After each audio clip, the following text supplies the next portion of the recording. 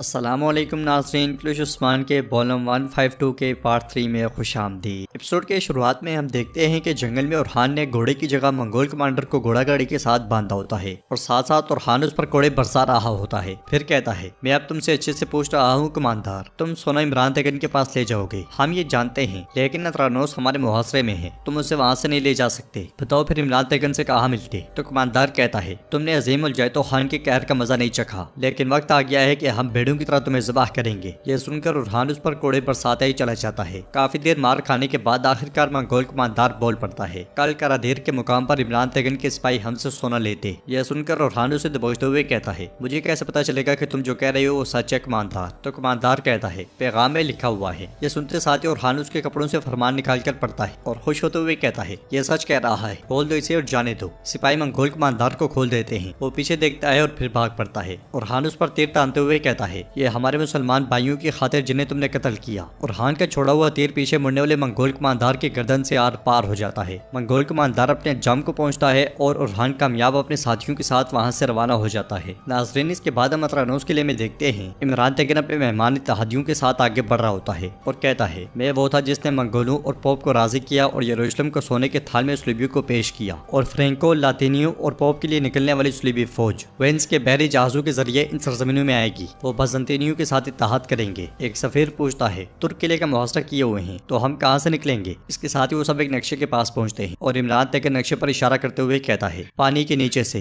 तुर्क उस फौज के खिलाफ मुत्तहिद होना चाहेंगे और खुद को मुसल्लह करेंगे। फिर उनमें से ज्यादा अक्लमंद काय के पीछे खड़े होंगे। मेरा मतलब है उस्मान के पीछे। उस्मान जानता है कि ये लश्कर उनके लोगों को कुचल देगा और उनके अमलाक को तबाह कर देगा, इसलिए सलीबी फौज यहाँ से ना गुजरे, इसके लिए वो जो कर सका करेगा। जो किले उसकी मलकियत है वो उनके दिफा के लिए वक्त बचाएगा। तो सफीर कहता है, लेकिन इससे हमारा वक्त जाया हो जाएगा इमरान तेगन। इमरान तेगन कहता है, नहीं, मैं इसकी इजाजत नहीं दूंगा। मैं पहले ही यूनिटों के साथ जाऊंगा और उसकी दिफाई लाइन कायम करने से पहले ही उसे तबाह कर दूंगा। यानी शहर के बाद हम कोनिया में हेडक्वार्टर कायम करेंगे। हमारी फौज तुर्कों को मार कर कोनिया में दाखिल हो जाएगी। फिर हम इकट्ठे जाएंगे और कुछ पर कब्जा करेंगे। मैं इन जमीनों का वाहिद हुक्मरान बनूंगा। अब चले खाने की तरफ चलते हैं। आप बहुत दूर से आए हैं और बहुत भूखे होंगे। ये कहते साथ ही वो सब आगे बढ़ जाते हैं। इधर यानी शहर में उस्मान साहब भी खवातीन और सिपाहियों के साथ मंसूबा तरतीब दे रहे होते हैं। महमद और गोंजा भी वहाँ मौजूद होते हैं। मंसूबा तरतीब देते हुए उस्मान साहब कहते हैं, क्या ये हर किसी के जाने की जगह है जो यहाँ से सलीबियों को गुजरने दें? नहीं, हम इसकी हरगिज इजाजत नहीं देंगे। हमारे बहादुर एक फौज के तौर पर आगे नहीं बढ़ेंगे, वो सरदारों के मातहत होंगे। अब से सिपाही हिकमत अमली से काम करेंगे। और खान कहता है, हुजूर मेरा ख्याल है कि हमें एक गिरोह को पानी में भेजना चाहिए, क्योंकि सलीबी जहाजों के जरिए आने की कोशिश करेंगे। फिर जेर कुतै कहता है, ये वाज़ेह है कि इमरान तेगन हमें तबाह करने के लिए सलीबियों को इस्तेमाल करना चाहता है। बाला खातून कहती है, वो हमें कुचल कर कोनिया की तरफ बढ़ना चाहते हैं। फिर मनून खातून कहती है, मालूम है कि उन्होंने इससे पहले कुस्तुनतुनिया में अपने दीन के लोगों के साथ क्या किया था, कौन जानता है कि वो हमारे साथ क्या करेंगे। तो उस्मान साहब कहते हैं, इमरान तेगन सिर्फ हमारी जमीनों को अपने हाथ में नहीं करना चाहता, बल्कि वो सरहदी बाजार से शुरू होकर कोताया की गहराइयों तक फैली हुई जमीनों पर कब्जा करना चाहता है। और इस वजह से बताए महमद साहब के सलीबियों को रोकने के लिए क्या करने की जरूरत है। तो महमद कहता है, इसके लिए बहुत बहादुरी और हथियार दरकार है। मैं वही कहता हूँ जो आप सुनना चाहते हैं उस्मान साहब, हमें मुत्तहिद होकर एक साथ हरकत करनी चाहिए। इस पर उस्मान साहब कहते हैं, शुक्रिया महमद, शुक्रिया, तुम हमें अच्छी तरह से जानने लग गए हो। जान लो कि मैं चाहता हूँ कि तुम और तुम्हारे बाबा मेरे पीछे मेरा साथ दें। जवाबन महमद कहता है, मेरे बाबा जुनूब में लड़ रहे हैं, इसलिए मैं उनसे सिपाही नहीं मांग सकता।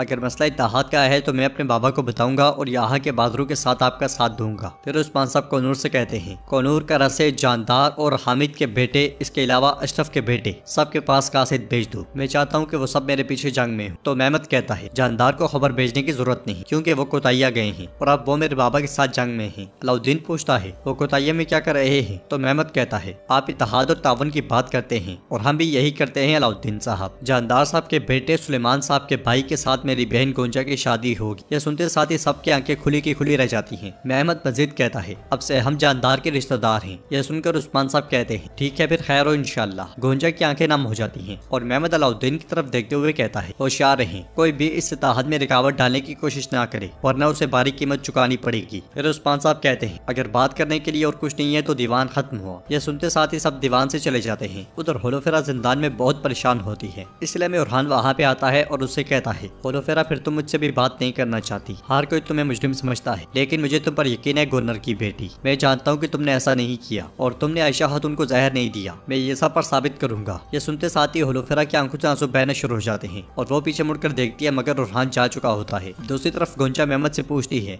बाबा मुझसे पूछे बगैर ये कैसे कर सकते हैं भाई, बताओ वो ये कैसे कर सकते हैं। तो मेहमद पूछता है वो तुमसे क्या पूछे गोंचा, माँ और बाबा दोनों राजी हैं, तुम भी राजी होगी। तो गोंचा गुस्से से कहती है माँ और बाबा ने शादी नहीं करनी, मैंने करनी है। जवाबन मेहमद कहता है हमारी रियासत के लिए तुम्हें करना होगा। फिर खड़े होकर कहता है अगर तुम्हारा दिमाग अब भी अलाउद्दीन के साथ लगा हुआ है तो उसे दोबारा कभी नहीं देख पाओगे, वरना पता है क्या होगा, अब से तुम्हारी मंगनी हो गई है। इसी दौरान फातिमा इजाजत लेकर वहां दाखिल होती है और गोंचा से कहती है बाला माँ तुम्हें बुला रही है, आयशा खातून के इलाज के लिए जरूरत है। यह सुनते साथ ही गोंचा उसके साथ बाहर आती है तो कुछ फासले पर अलाउद्दीन खड़ा होता है और फातिमा आगे बढ़ जाती है। गोंचा डरते हुए कहती है अलाउद्दीन अगर मेरे भाई ने हमें देखा तो। अलाउद्दीन उसकी बात काटते हुए कहता है अपने भाई को छोड़ो, ये शादी की बात कहाँ से आ गई गोंचा, जब से मैंने ये सुना है मैंने अपने आप को मुश्किल से रोका हुआ है, क्या तुम ये जानती थी। जवाबन गोंचा कहती है नहीं मैं नहीं जानती थी, मेरा दिमाग उलझा हुआ है, मेरे बाबा मेरे साथ ऐसा कैसे कर सकते हैं। इस पर अलाउद्दीन कहता है जहन को उलझाने की जरूरत नहीं, हम जो करने वाले हैं वो वाज़ेह है। गोंचा पूछती है क्या है, तो अलाउद्दीन कहता है हम शादी करेंगे। यह सुनकर गोंचा पूछती है क्या तुम्हें एहसास है कि तुम क्या कह रही हो, क्या तुम जानते भी हो कि इसका क्या मतलब है। अलाउद्दीन इसका मतलब है जंग, ये सिर्फ काई और दरमियान के दरमियान नहीं, जानदार के दरमियान भी जंग। तो अलाउद्दीन कहता है अगर ये जंग है तो मैं लड़ूंगा, लेकिन मैं तुम्हें किसी के पास नहीं छोड़ूंगा गजाली आंखों वाली। गोंचा कहती है अलाउद्दीन इस वजह से तुम्हारी जान को खतरा होगा, मैं तुम्हारे साथ ऐसा नहीं कर सकती, मैं तुम्हें आग में नहीं धकेल सकती। अलाउद्दीन कहता है ऐसा ना करो गोंचा, चलो मेरे बाबा के पास चलते हैं, वो हमारे साथ खड़े होंगे। जबकि गाजी छुपकर उन्हें देख रहा होता है और अलाउद्दीन को गोंचा को मनाता हुआ देखकर कहता है हाँ कहे तो भी मैं जलूंगा और ना कहे तो भी मैं जलूंगा, दोनों सूरतों में मैं ही जलूंगा। आह याकूब बे आह। फिर मेहमद को आता हुआ देखकर कहता है ये पकड़े जाएंगे, मेहमद गोंचा को मार डालेगा, गोंचा खातून सिर्फ आपके लिए। ये कहते साथ ही वो दोनों तलवारें बेनियाम करके मेहमद के सामने जा खड़ा होता है और कहता है मेहमद साहब तलवार निकालो और मुझसे मुकाबला करो। गाजी की आवाज अलाउद्दीन और गोंचा भी सुन लेते हैं। इधर मेहमद गाजी से कहता है ओ गाजी अब तो तुम तरबियत करना चाहते हो, चलो आ जाओ शाबाश। ये कहते साथ ही वो उसके साथ लड़ने लग जाता है और कुछ देर के बाद उसे उठाकर उससे प्यार करता है। गोंचा डरते हुए बार बार उस तरफ देख रही होती है और अलाउद्दीन से कहती है मुझसे ये मत चाहो अलाउद्दीन। ये कहते साथ ही वो जाने लगती है तो अलाउद्दीन उसे रोकते हुए कहता है कल तक सोचो गोंचा, गौर से सोचो। ये सुनते साथ ही गोंचा चली जाती है। उधर मलून खातून उस्मान साहब से कहती है होलोफेरा ने एक लफ्ज भी नहीं बोला हुजूर, वो सिर्फ यूनुस एमरे को देखना चाहती है। तो उस्मान साहब कहते हैं फिक्र ना करो, इंशाल्लाह यूनुस एमरे उसकी अच्छी रहनुमाई करेंगे, हम पता लगाएंगे ये किसने किया, परेशान ना हो। इसी दौरान वहाँ पे गुंदोज साहब आते हैं और उस्मान साहब के पूछने पर गुंदोज साहब कहते हैं मेरी बहू मेरी आंखों के सामने मौत से लड़ रही है, जिसने उसके साथ ये किया उसे कब सजा होगी। तो मनून खातून कहती है हम इस मामले की तहकीकात कर रहे हैं गुंदोज साहब और जल्द अज जल्द पता चल जाएगा कि ये किसने किया इंशाल्लाह। तो गुंदोज साहब कहते हैं क्या ये आपके बेटे की आशिक होलोफेरा नहीं थी जिसने ये किया मलून खातून, या किसी से आप डरते हो। तो उस्मान साहब गुस्से से कहते हैं होशियार गुंदोज साहब क्या अब तक हम किसी से डरे हैं,